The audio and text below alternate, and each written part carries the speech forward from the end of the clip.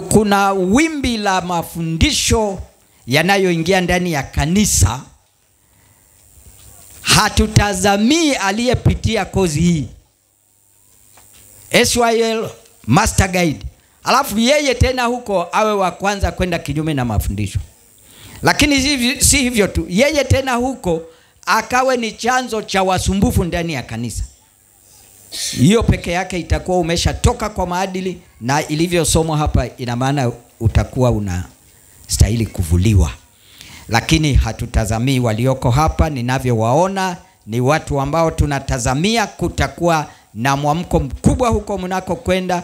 Tunatazamia watazaliwa wengi zaidi. Idara kanisa ambayo inaonekana kama idara inakosa nguvu, inafia, tunatazamia kutakuwa na uamsho. Kwa hiyo kwa maneno haya machache,